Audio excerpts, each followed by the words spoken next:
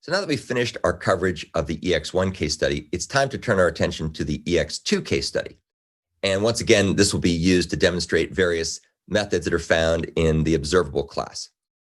This particular case study is much more interesting than the first one in that it shows how to apply various Rx Java operations asynchronously rather than synchronously.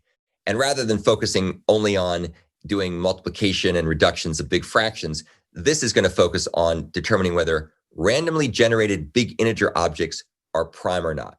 And this will give us a chance to look at all kinds of interesting methods and idioms in Rx Java. This, of course, example can be found in the Ex2 folder in my GitHub repository. So we're going to start first by taking a look at the test is prime timed method.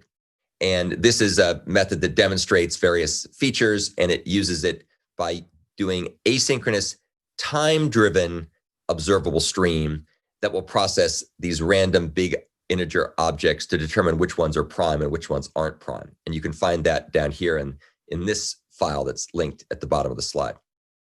This particular example is going to demonstrate the create interval map filter do on next, take do on complete, subscribe, and schedulers computation thread pool method. So it's quite a lot of interesting things to take a look at here. So let's first start by taking a look at create. What create does is it creates an observable that has the capability of emitting multiple elements in either a synchronous or asynchronous manner. And it's up to you, the programmer, to decide which one you want to do. So you can see create up here is going to be called, and it's going to be passed something that's called an observable on subscribe source. So the observable on subscribe source parameter is actually an object that has a subscribe method that receives an instance of something called an observable emitter. And the observable emitter, in turn, can emit events using the classic on next, on error, and on complete methods. And these events can be emitted from different threads. You can either have it emitting in the calling thread, which makes it synchronous, or you can actually emit things in a background thread, which makes the processing asynchronous. And of course, we're going to be talking about asynchronous processing because we're moving into the cooler Rx Java features now. There's also a create method that's part of Project Reactor and the Flux class. It works in a similar way, although it's more complicated. It's got a different interface. You can't take something that's developed using Rx Java's create and port it very transparently to Project Reactor's create method on its Flux class. You can't take the observable create and transport that very quickly to the Flux create method. And that's kind of annoying, but I sort of understand why they added those extra features in Project Reactor, which came later because it can do more things. There's also a method that's part of Java Streams called stream.generate that has some characteristics that are a little bit similar to create in the sense that you can make a stream of something. The next method we're going to talk about is really quite interesting. It's called interval. And you can use this to create an observable that will emit long values starting with the initial value 0. So again, let me move my head out of the way for a second. And the interval method, as you can see here, is going to create an observable that will emit long values. And it's passed a period and a time unit. And you can use that to say, I want to emit these values starting at 0 once a second, starting now. Or you can say, I want to have it once every 10 milliseconds or once every 10,000 microseconds or whatever you want to do in order to be able to do the computations that make sense for your timing requirements. And this is going to be scheduled, in this particular case, on a global timer. And by default, if you just use this version of interval, it'll use the schedulers.computation thread pool. So there's a thread pool that's defined by default called the computations thread pool. It's really used, it's a fixed size pool that's used for CPU or compute intensive tasks. And that's the one that this version of interval uses. There's also other versions of interval that can take specified schedulers if you want to run them in some other way. Under normal conditions, the observable that calls interval never completes. It'll go on forever. Now, in practice, that's not very useful most of the time because we want these things to eventually finish up. And so we typically combine the interval method with another method called take. And take is quite a bit like limit in streams in that it'll only take up to that many items, at which point it will terminate. And we'll talk about take here shortly. Project Reactor has an interval method on its flux class that basically works exactly the same way. So we'll talk about the filter method next. This should be very familiar to you because the filter method is going to evaluate each source value against a given predicate. And you can see that this predicate looks very much like Java 8's predicate. It's not identical. It's not the same interface, but it's got the same signature and so on. And if this predicate test succeeds, the value will be emitted. If it fails, then the value will be ignored, and there'll be a request to get the next item from the publisher. The key thing to remember about filter, just like it's the case for Java Streams filter, is that the number of output elements may be less than the number of input elements. So if you have filters that match every element, then of course you'll have the same number of input and output elements. But if the predicate doesn't match everything, then you'll have less items that are actually coming out as output elements from filter. Also, like Java Streams filter, filter in RxJava can't change the type or the value of the elements that it processes. It has to keep them unchanged.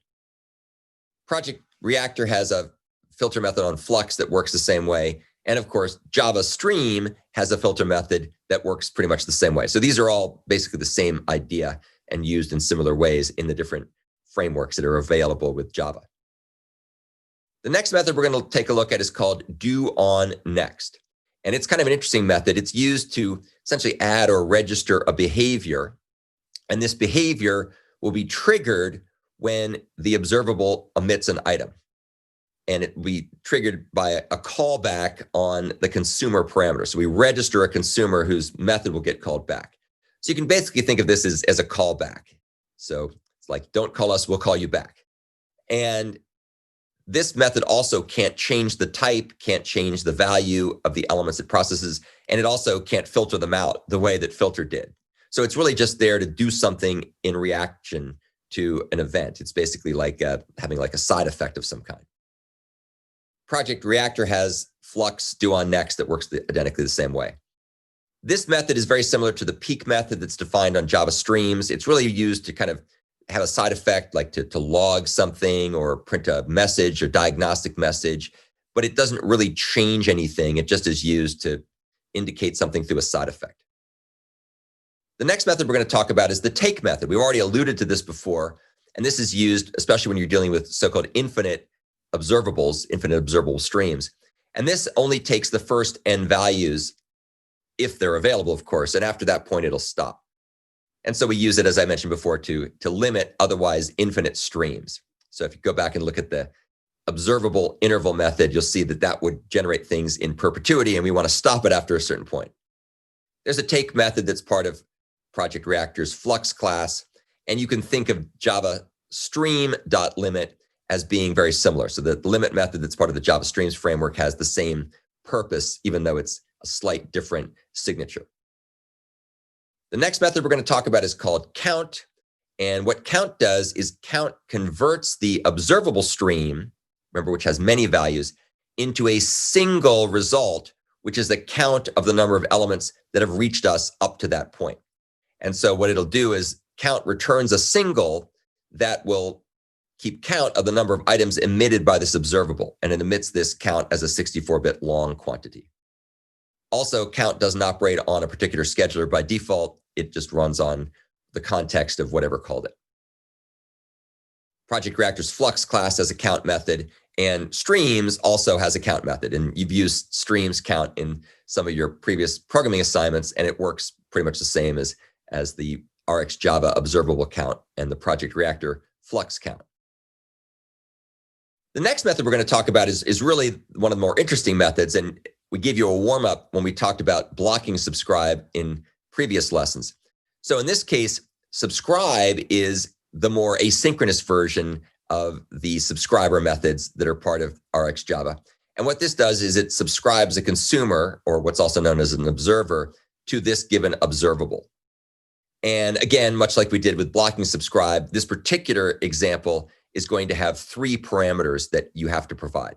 There are other parameters, other versions that take no parameters, some that take 1, some that take 2, some that take more, but this one takes 3. And those 3 methods, of course, are the consumer, which handles the onNext call, the error consumer, which handles the on error call, and the complete consumer, which handles the on complete call. So this, again, is very similar at this point to what we see with blocking subscribe.